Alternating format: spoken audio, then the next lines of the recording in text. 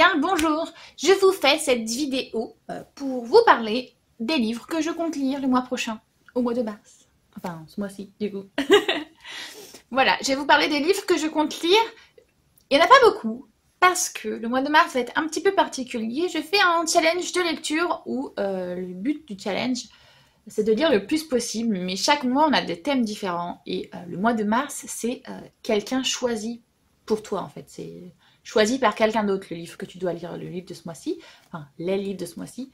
Donc, je me fais une petite palle, parce qu'en théorie, c'est quelqu'un d'autre qui devra choisir les lectures que je vais faire, même si celles-ci, d'office, je sais que je vais les lire, peu importe si les gens veulent que je les lise ou pas. Celles-ci seront d'office, ok?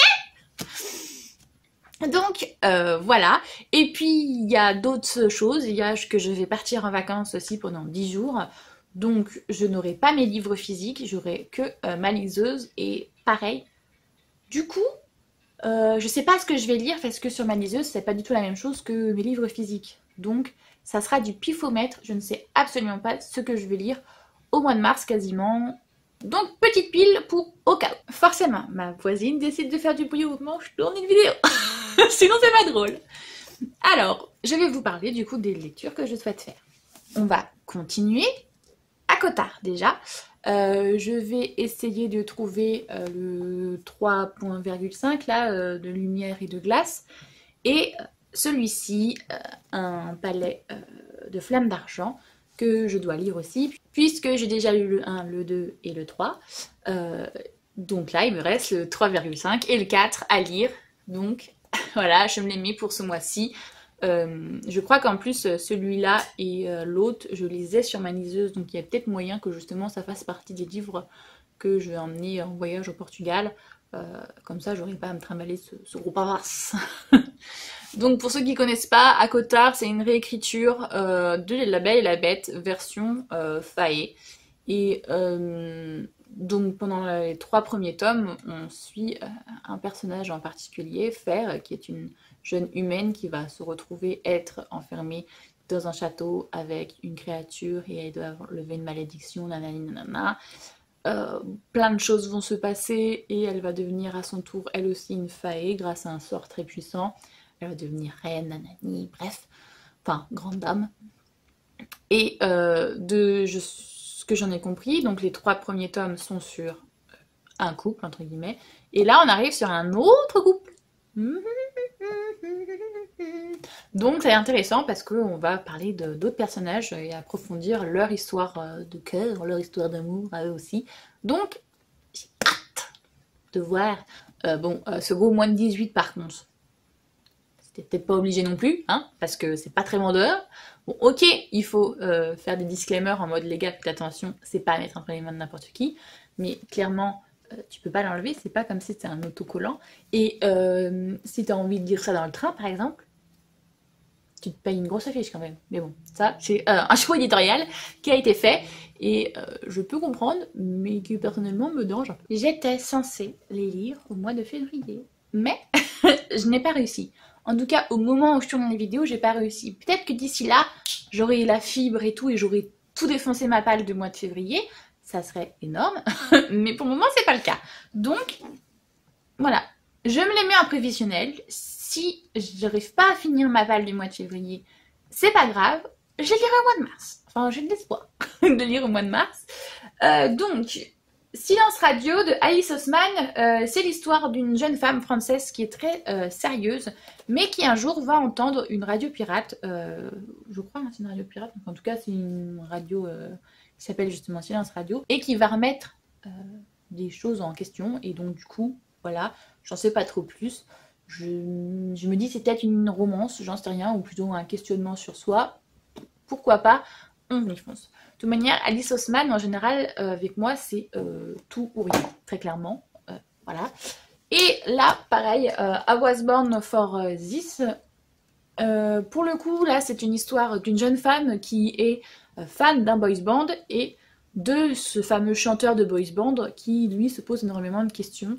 Et ils vont finir par se rencontrer, de ce que je comprends, et une histoire. Alors, je sais pas si c'est d'amour ou d'amitié va se lier entre les deux, mais voilà, c'est quelque chose dans cet ordre-là. Et est-ce que la vie de l'un ne vaut pas mieux que la vie de l'autre et inversement? Donc voilà, pareil, on va voir.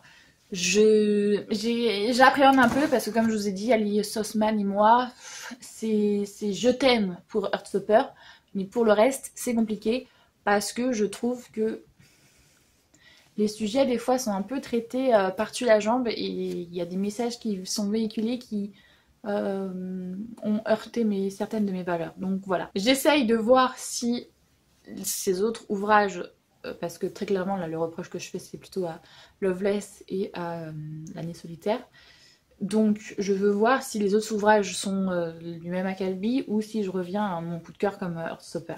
Voilà, je laisse toujours une seconde chance aux personnes. Voire là, on a même une 3 et une 4e chance. Ensuite, sur Insta, j'ai fait un swap avec une jeune femme, Pauline, qui je sais pas si elle regardera la vidéo, mais si elle regarde, coucou, merci. Donc, je lui ai envoyé ma wishlist des livres que je souhaitais avoir et elle m'en a acheté 2. Je suis trop contente parce que j'ai très envie de les lire. Voilà. Bon, après, c'est dans ma wishlist. Hein. Donc, Moderne Princesse, avant minuit. J'ai pas lu le résumé, mais de ce que j'en sais, c'est une réécriture du conte de Cendrillon, avant minuit, Moderne Princesse. Mais apparemment, le personnage principal est de morphologie assez corpulente et donc représentativité cimaire. Après, j'attends de voir justement comment va être traitée la grossophobie et tout. Parce que par exemple, j'avais lu un ouvrage, La plus forte, je crois, pareil, où le personnage avait une certaine corpulence et c'était trop fleur bleue justement. C'était le côté, malgré sa corpulence, elle sort avec le beau sportif du lycée. Allez les gars, au bout d'un moment, on aime les clichés, mais soyez un peu plus dans la demi-mesure. Et donc là, j'espère que c'est pas trop ce qui va se passer parce que au bout d'un moment, il faut arrêter de se foutre de notre gueule. Hein. On aime bien rêver, mais un petit peu de réalisme, ça fait pas de mal. Donc, bon, après j'ai ça sur Disney, on n'est pas au top du réalisme non plus, mais j'ai hâte de voir ce que ça va donner parce que je l'ai vu passer, mais pas tant que ça finalement. Et je veux lire, je veux savoir ce qui s'en passe. Et en plus, le tome 2, j'attends encore plus parce qu'il c'est la belle à la lettre. Mais et puis, ça parle d'une personne trans et tout, donc je me dépêche de lire le tome 1 pour crier après ma meilleure amie de m'offrir le tome 2.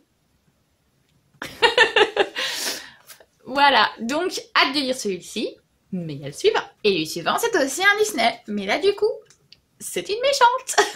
Donc là, c'est Happily Never After, le tome de Vanessa. Pareil, je sais pas trop de quoi ça parle, si ce n'est qu'à mon avis, on va revenir sur Ursula et comment elle est devenue celle qu'elle est devenue. Pourquoi elle est méchante et tout et tout. Comme vous pouvez le voir juste ici, clairement, moi, tout ce qui est estampillé Disney, je veux. Je veux, j'achète, je le réclame à corps et à cri. Donc, voilà, j'espère que ça va être bien. Hein, parce que j'ai aussi demandé à avoir Gaston. Et j'ai vu qu'ils allaient sortir Yzma. Alors Yzma, vu que j'aime pas trop Cusco, m'intéresse pas trop. Gaston m'intéresse un peu plus parce que je suis une fan inconditionnelle de La Belle et la Bête, et puis de La Petite Sirène. Donc voilà. Donc j'appréhende. Parce que très clairement dans tous les Disney que j'ai là, tout ne se vaut pas. Hein. Il y en a qui sont excellents, comme ceux-là. Ils sont des pépites. Ceux-là sont intéressants. Mais voilà, pas plus. Et là, il y a de tout. Il y a de la piquette, il y a du cool et tout et tout. Et puis là aussi. Mais là, on est plus dans de la piquette que... Enfin, de la piquette, je suis méfiante. Vilaine. C'est pas de la piquette, mais ils m'ont moins enjaillé que certains, très clairement. Donc voilà, celui-ci aussi, j'essaye de me le mettre au mars. C'est un tout nouveau arrivé, donc en fait je veux que aussi vite il soit arrivé dans ma palle, aussi vite il soit dégagé, parce que sinon cette palle va continuer à l'infini et j'avais enfin réussi au fin de l'année dernière à la diminuer et là je vois que je suis débile en même temps, je me mets à faire des swaps avec les gens, donc forcément que ma palle va augmenter, mais bon, on n'est pas raisonnable. Après je dis ça, mais je suis aussi un petit peu stratégique parce que dans ma wishlist, j'ai aussi des livres que j'ai déjà lus mais que je n'ai pas en physique en fait, que j'ai emprunté à la médiathèque ou que j'ai écouté en audio livre. Par exemple, là j'ai fait un swap et j'ai mis dedans Witch and God. Mais j'ai déjà lu le 1 et le 2, donc elle me l'a offert et direct, il va dans ma bibliothèque. J'ai pas à le lire, il va pas dans ma palle. Si ça, c'est pas intelligence. Bon, passons. Je me suis acheté... j'ai craqué. Ok, je l'ai vu sur... Je sais plus chez qui, je crois que c'est au Souffle des mots. Je crois. Hein. J'ai vu ce magnifique bébé. Je l'ai vu. Eh ben, je l'ai acheté. Tout simplement. Je sais pas quoi dire d'autre. Quand je l'ai vu, j'ai eu un énorme coup de cœur direct. Je sais pas de quoi ça parle. Je me doute que ça parle de sorcières, de sororité, voilà, de personnalités diverses et variées et de sorcières. Mais j'ai craqué. Ce livre est magnifique. Franchement. Enfin, cette BD, du coup. Voilà. Donc, je vais lire Coven. Et je me suis rendu compte que vous ne savez pas. Mais là, vous voyez l'auteur de...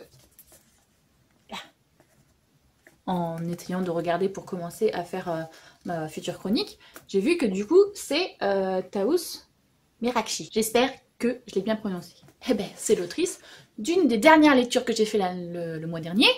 C'est la même autrice de Vénère. Et donc, c'est hyper chelou parce que... bon, chelou, non, mais... ça, c'est un essai et ça, c'est une BD. Et en général, les auteurs, bah, ils changent pas trop de genre. Enfin, de support. Et là, du coup, je suis hyper intriguée de voir ce que ça donne. Du coup, je suppose aussi que c'est clairement assez féministe, vu que c'est une auteure qui est déjà de base assez OKG. Donc, je suis contente et j'ai hâte de lire ça et de vous dire ce que j'en pense. Witchy Vibe. Et on continue dans Witchy Vibe. Tadam! Alors, celui-là, c'est le tome 2, Arcana. J'avais lu Arcana tome 1 l'année dernière. J'attendais avec impatience le 2. Il a mis plus d'un an à sortir. Crotte. Donc voilà, je suis assez contente. En fait, c'est l'histoire de deux jumelles qui ont visiblement été séparées à la naissance. Et dans leur monde, il existe plusieurs îles, en gros. T'as l'île du feu, l'île de l'eau, l'île de l'air et l'île de la terre. Et chacun, en gros, a des prédispositions différentes. Et au milieu, il y a une île école, en gros, où on t'apprend la magie. Et tout ça est en rapport avec le tarot. En gros, il y a... 12 grands maîtres, si je me trompe pas, et tu vas à l'école du fou, tu vas à l'école de l'empereur, de l'impératrice, de l'ermite et tout, et c'est hyper cool, tout est en rapport justement avec la divination. On parle beaucoup de tout ce qui est pendule, cartomancie, lithothérapie et tout ce que tu veux, donc Witchy Vibe à fond forcément que j'allais adorer. Et donc voilà, c'est en gros l'histoire de ces deux jumelles qui ont été séparées à la naissance, qui vivent... Enfin, je suppose que c'est des jumelles, hein, parce que très clairement, dans le tome 1, elles se rencontrent, elles sont une copie conforme l'une de l'autre, mais elles ont vécu dans deux endroits différents et elles se rencontrent justement là, à l'école. Et voilà, on se rend compte qu'il y a un souci, il y a une couille dans le pâté, tu peux pas être aussi ressemblante l'une de l'autre si vous n'avez pas un lien de famille, très clairement. Mais elles vont être toutes les deux dans avec deux mentors différents. Je sais plus qui est quoi, mais voilà, c'est hyper intéressant et j'ai très hâte de lire la suite. Et je sais qu'à peine je l'aurai fini, ma meilleure amie, Sarah va vouloir elle aussi le lire parce que je lui avais fait lire et elle avait adoré. Pourtant, c'est pas une très grosse lectrice de base. Bien qu'on ait réussi un petit peu à la convertir, justement. Et bien voilà. Je vous ai fait ma petite palle du mois de mars, puisque comme je vous ai dit, le mois de mars, il va y avoir plusieurs bouleversements. Je sais pas trop comment ça va se passer encore. Donc, j'en fais une toute petite et je verrai bien au fil du mois. De toute manière, je vais vous faire des vidéos sur l'avancée de mes lectures. Et... voilà, on verra. J'espère que cette vidéo vous a plu. Si c'est le cas, n'hésitez pas à liker. Ça m'aide énormément. Et puis, voilà, ça me fait plaisir. Si vous souhaitez évidemment voir le reste de mes vidéos, n'hésitez pas à vous abonner. Et moi, je vous souhaite tout plein de bonnes choses, tout plein de lectures. Et je vous fais tout plein de gros bisous.